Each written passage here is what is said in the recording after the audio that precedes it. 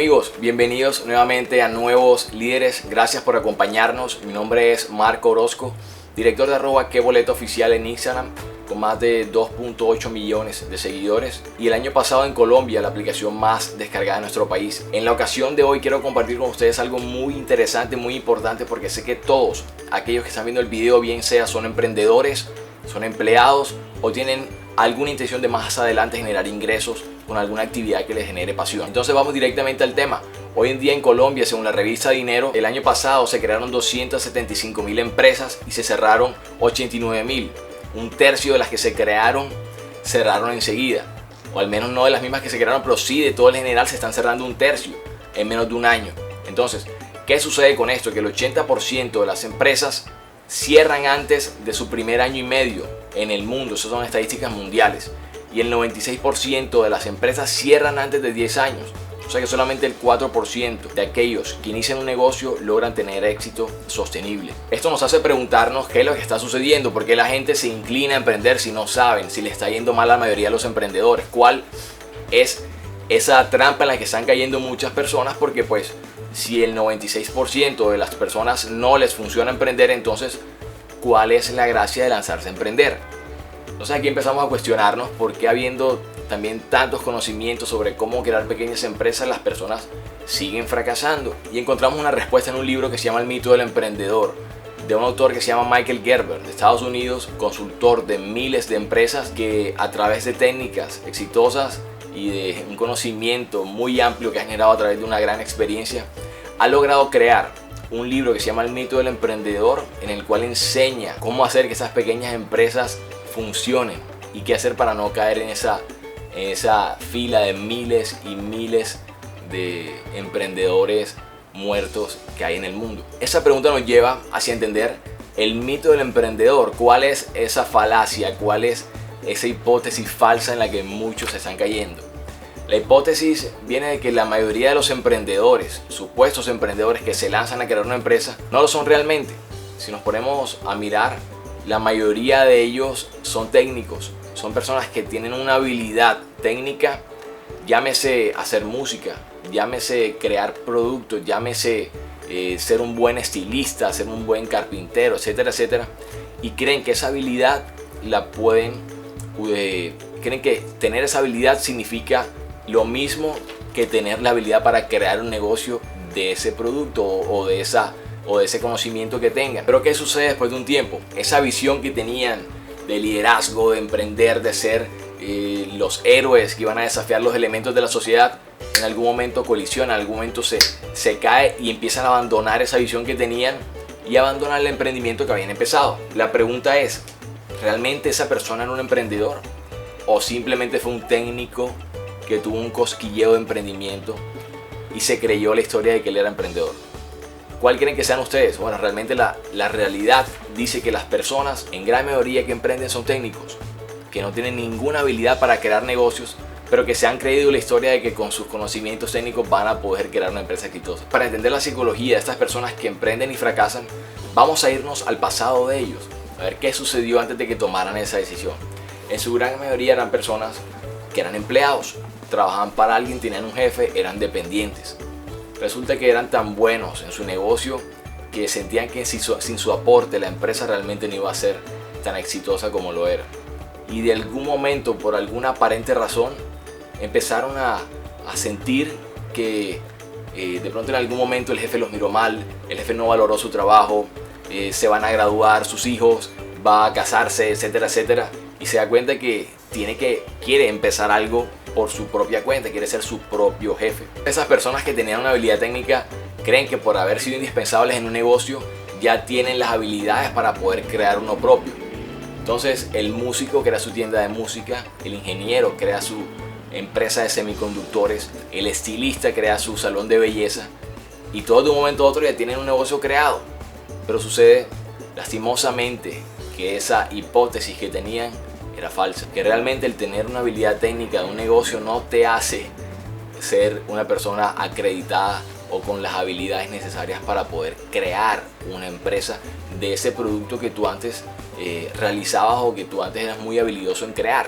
Esa habilidad técnica que tenías como empleado ya no te va a servir mucho más de lo que antes servía. Incluso se va a convertir en tu mayor carga al momento de emprender, porque te vas a dar cuenta que cuando empiezas una empresa empiezan a crearse nuevas vacantes de habilidades que necesitas tener para poder llevarla exitosamente. La persona normalmente que arranca un negocio con todo el entusiasmo, le llegan clientes, le va muy bien, lo empiezan a recomendar, empieza a crecer. De a poco se va dando cuenta que tiene que hacer otras cosas también.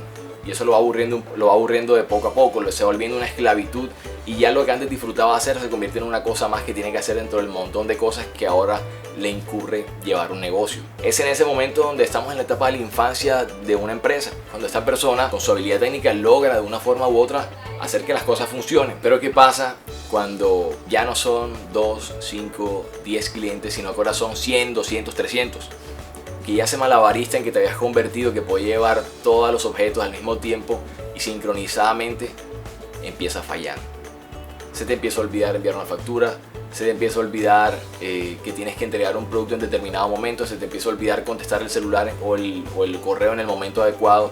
Empiezan a caerse algunos de esos objetos que tenías en tu sistema de malabarismo, y te das cuenta de que se empieza a convertir en una pesadilla. La gente se empieza a quejar, ya no rindes igual porque estás cansado, cada vez tienes que trabajar más, y supuestamente la libertad que estabas tratando de crear se convierte en una esclavitud aún peor de la que tenías. Viene la etapa de la adolescencia, que está enfrente ahí mismo de la infancia, ruta que no puedes pasar porque no has podido crear un equipo a tu alrededor en el cual puedas delegar todas esas funciones que están haciendo de tu vida algo muy aburrido y esclavizante. Para tú poder pasar a esa segunda etapa de adolescencia, tienes que empezar entonces a desarrollar una habilidad, y es saber delegar.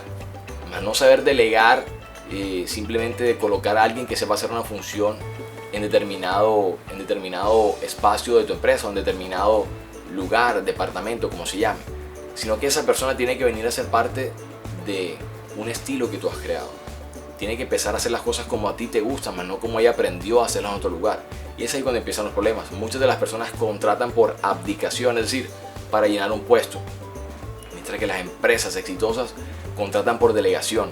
Contratan personas que incluso tienen pocas habilidades, que incluso no son muy costosos de contratar, para poderles enseñar todo lo que ellos han aprendido y poderlos crear como realmente personas que puedan delegar una función que siga, extendiendo el estilo que tú has creado como tu empresa. En esa segunda etapa entonces ya tienes un equipo que trabaja contigo, pero falta algo, y es que todavía no has logrado llegar a ser una gran empresa, todavía no has logrado llegar a distintos países, distintas ciudades, etcétera, etcétera.